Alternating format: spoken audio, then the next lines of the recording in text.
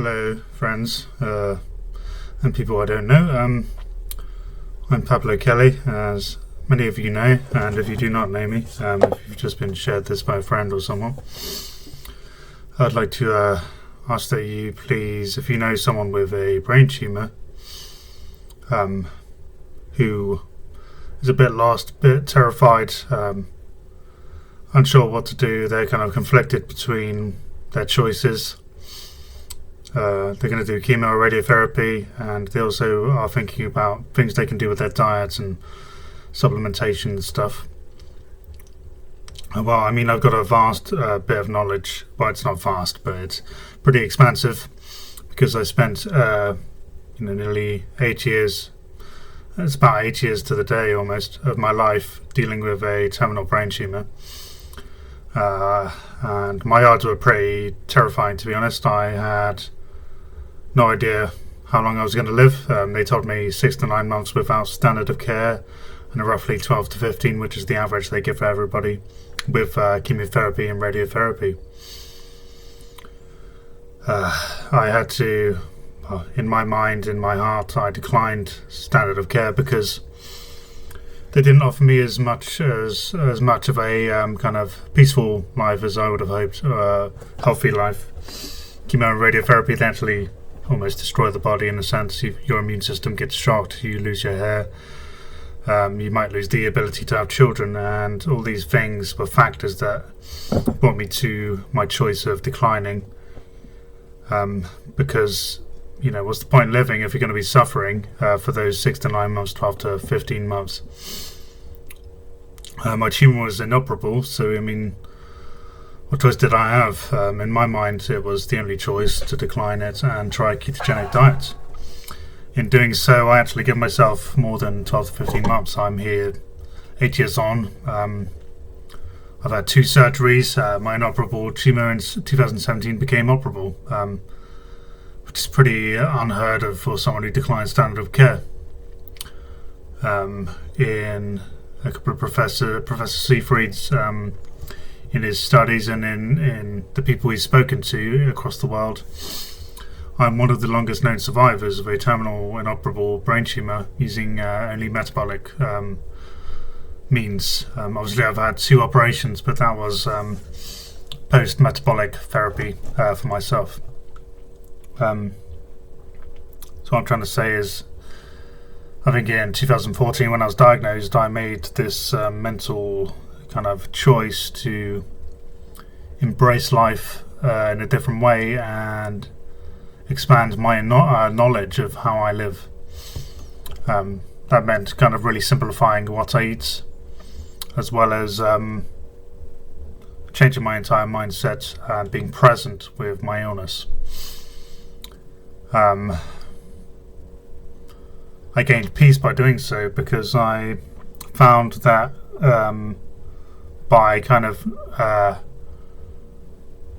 not being terrified out of my mind, by saying, I'm going to learn to love my life and live it with meaning that I give it, that I could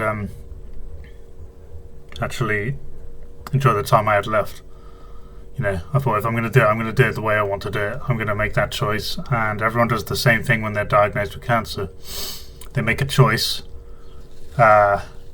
I don't know if it's instinctual or if it's, if it's flight mode. I went for fight. I opted for fight mode.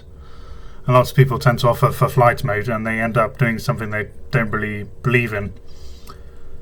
And they lose faith in themselves. They don't really trust what they're doing, and they get a bit lost. And this is what I want to kind of inspire people to do, is to trust in their guts, to not just blindly follow what they're told, because being blind means you don't see what's happening in front of you, and you end up suffering more because you're just trusting in someone else and not in yourself.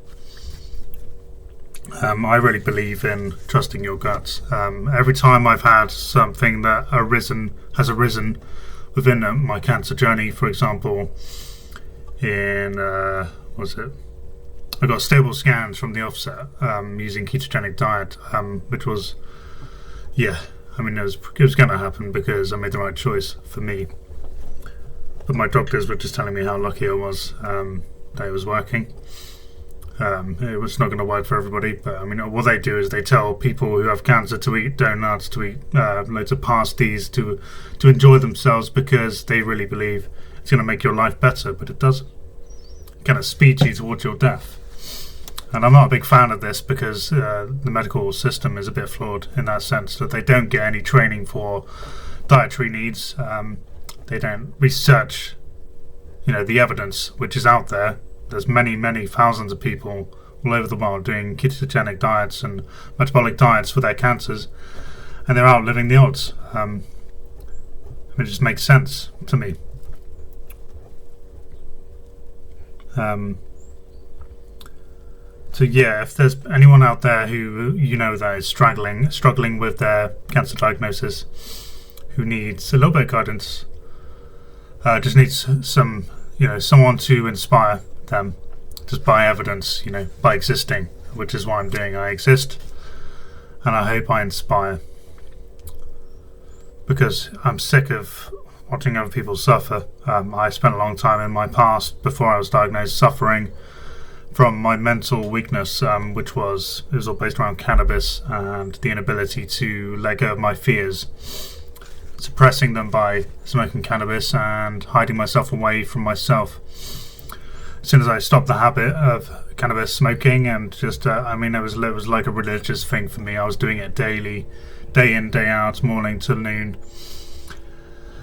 And I basically harmed myself so much by doing so. I didn't have meaningful relationships. I broke the ones that were meaningful by railing against them. And as soon as I stopped, I managed to fall in love and sort my life out.